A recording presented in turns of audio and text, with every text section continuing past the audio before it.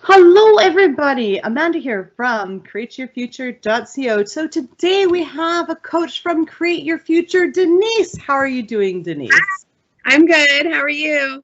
I'm awesome. So today we are actually reading one of her clients' success stories. They've manifested back their specific person, their boyfriend. So yes, really excited. We're going to go into how she did it and some really important points. So yeah, Denise, do you have her story there?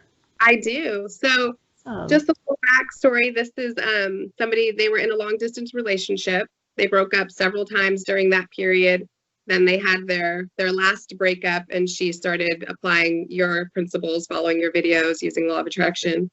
Um, and so to bring us up to speed to where we're at now, she writes in and says, I want to tell you what has happened to me. It's such a miracle for me. Last time I told you about my situation, he didn't want to be in a relationship. He wanted to be alone, but I kept persisting the assumption that he loves me and only wants me, that he truly loves me and gives us another chance. And guess what? My desired manifestation was getting back with him, that he'll want to have a relationship with me. We can work this out. He will love me more than before, and we are precious to each other. And I am totally in this state. He wants everything from me. He thinks we can work out. He misses me and he loves me more than before, etc. So she got it. She got it all. Better than before is the part that I really love here. It's like, yeah. Yeah. I know. Sometimes it's like, why do we want it the way that was before? Why not? Can't we make it better than it was before, you know? And especially if it was a breakup, you know how it was before, what it led to. So yeah, and especially if there were multiple breakups, and then it's really like even more so, like we gotta make this better. yeah. So she did. It's amazing. And so she did this through the coaching with you. And one thing that I really love that she's mentioned was that she did this really, her circumstances didn't matter. I mean, how many times did they break up and get back together, right? And multiple times, and I know sometimes when we think, oh, well, we've been together, broken up so many times, they're never going to give me another chance again. Well, our circumstances only matter if we think they matter, I've always had a belief it's easier to get back with an ex, no matter how many times we've broken up and gotten together, rather than somebody new. Yes. We can our circumstances only matter if we make them matter, right? Yes, absolutely. Yeah, and she just kept insisting. She just, this is what I want, and he's going to love me more than before. We're going to be precious to each other, and just kept going, and that's what she got. And yeah, it's amazing. It's great.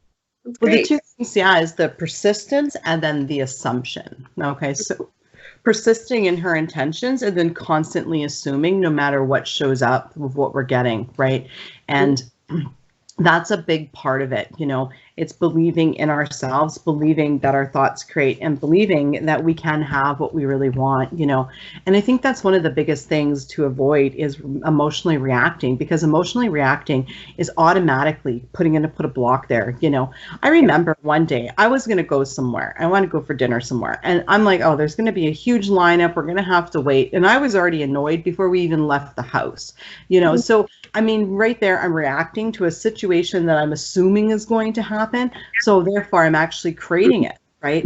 So check in with our emotions, right? And if we're feeling anything other than neutral and normal about a situation, then we need to get on top of our thoughts and start persisting in what we want and having a word with ourselves, right? Because it's persistent assumption along with, the assuming that we are going to have what we want, assuming that the other person is going to want what we create them to want as well. Yeah, and something that I tell my clients on that topic is that the whole point of this, you're trying to create something that's going to feel good and how you want it to feel. And if you're spending time in your now thinking about how it can go wrong and what can happen, almost regardless of whether or not it does go wrong and happen, you're creating that feeling for yourself right now. So why? Even if we pretend it's not going to create in real reality, you're still putting yourself through the real emotions and the real feelings by thinking it, because that's what your brain does. It doesn't know the difference between the real reality and what we're thinking. So why even put yourself through that initial feeling of going through how it's going to be devastating or how it's going to not work out, when you can actually just change that story and feel super good about how great it is going to work out and how amazing it's going to unfold and how it's all going to feel. And And yeah. So Yeah, totally. That's amazing. I mean, you nailed it, right? Exactly. Like why even go down those roads? Our feelings are a manifestation of our thoughts, right? Our thoughts create our emotions. And you're right. If we're not feeling good, then we're not creating what we want, right? And that brings me to an interesting, like I love that you point that out with your clients, because we've got two choices.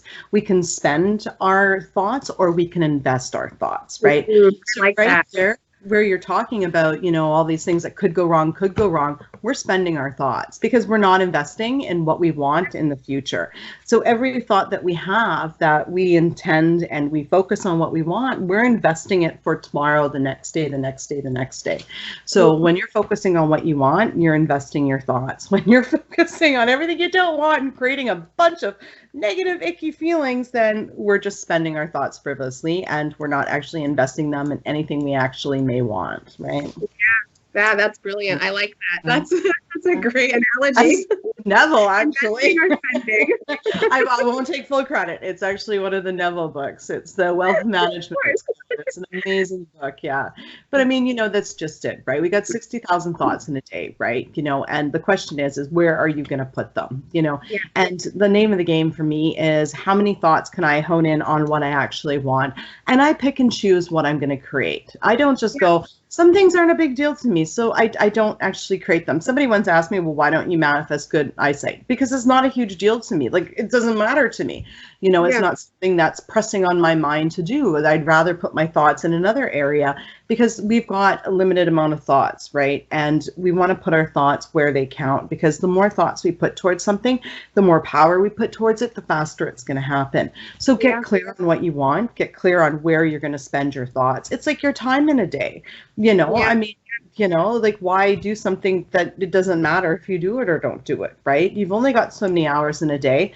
Manage your hours. You only have so many thoughts to spend. Manage your thoughts and invest them and put them where you want to put them, right? Yeah. And we only have the ability to be conscious of a certain amount of thoughts. I mean, that will continue to expand as you keep doing this process. But, when it starts out, you realize there's so many thoughts I have that I'm not even aware of and I don't realize I'm having. So that's again where you want to pick and choose. So I can manifest glasses, which will help me see, and that's easy. And then move on to the stuff that really matters. Now I'm on to the jumbo jet and multiple cruises so I can get Jerry Moore sombreros, right? Because look at, he's got a little tatted sombrero, so cute. He's like, hola, right? So, he's like, hola.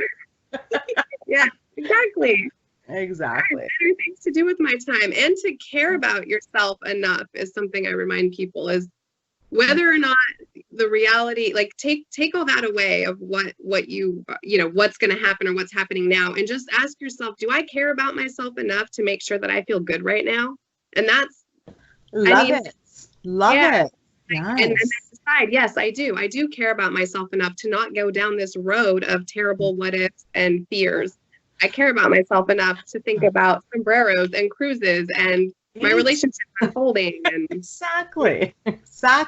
And you know what? I mean, you nailed it, right? Because nobody can make you feel anything. You choose to feel things. Okay. I mean, that's the famous line in my house. If something happens and I don't feel good, I say, I choose to feel upset right now. I'm choosing to feel this way. Nobody can make you feel anything. It's a choice of how you choose to feel, and you choose to feel that way with your thoughts.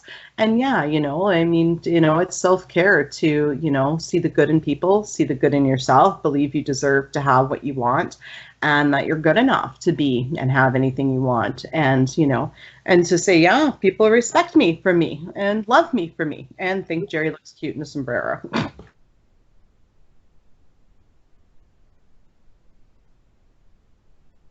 Oh, so. Yeah, and I think it's really important that since we can choose, to understand that that's recognize that that's our power that we have. It's such a beautiful thing that we do get to choose. It's not, we have the choice to decide, I want to feel good right now. I want to focus on this right now. I'm powerful. I can actually disregard everything that's happening and stay in a state of feeling oneness or goodness or hopefulness and not be affected. Oh yeah, and that is 100%, what it is. It's not the destination, it's the journey. And the journey of constantly bringing ourselves back to the state of our thoughts create Everyone is us pushed out. We are in control of our reality. We create our reality. We're the God of our reality. If you don't like that term, I'm the creator of my reality. I mean, you're ground zero, you're the one, whatever you want to call it, right? It's keeping yourself in that mindset. And that's the name of the game, and not looking at lack that's not showing up. When something doesn't show up, I say, I make the intention again. And I'm like, it'll show up. Everything else always shows up. So it'll show up. And to let go of that needing, wanting, and constantly looking at the lack and getting frustrated at the lack of it not showing up. Because again, that's living from the end of not having it, right? And that frustration comes from, where is it? Why isn't it here yet, right? And shift to, no, I always get what I want. I know this works, and keep doing those tiny little manifestations, because they make such a big difference. I remember, me manifesting fried chicken one day was enough to just blow me away so much that I was like, okay, money block gone. Okay, because I was in awe that this chicken showed up. Like, I couldn't believe it. I was like, how's that gonna really happen? Right. And it did. And I was like, oh my goodness. I was like, whoa. I was like, it was one of those manifestations that just really hit me. And I was like, oh, okay. Like, if I can do that, okay, I can do that. Right. Yeah. So. Yeah. And when we're having those moments where we are looking at lack for the big thing that we want, that's when it's super important to have the other things to be able to redirect your focus. Like, if you can't redirect to feeling like you are getting that big thing right now, that's fine. Find relief in knowing you can get fried chicken right now, or find, and really milk those moments where you do get the little things. And then that's making room and bringing you closer to the big one that you want. So.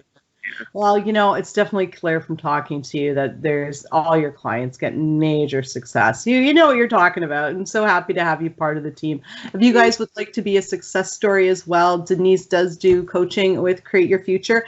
The link will be in the description below. Definitely sign up with her. She is absolutely amazing. And she's helping people get some major results, and we love it. We love it. That's what we're here to do.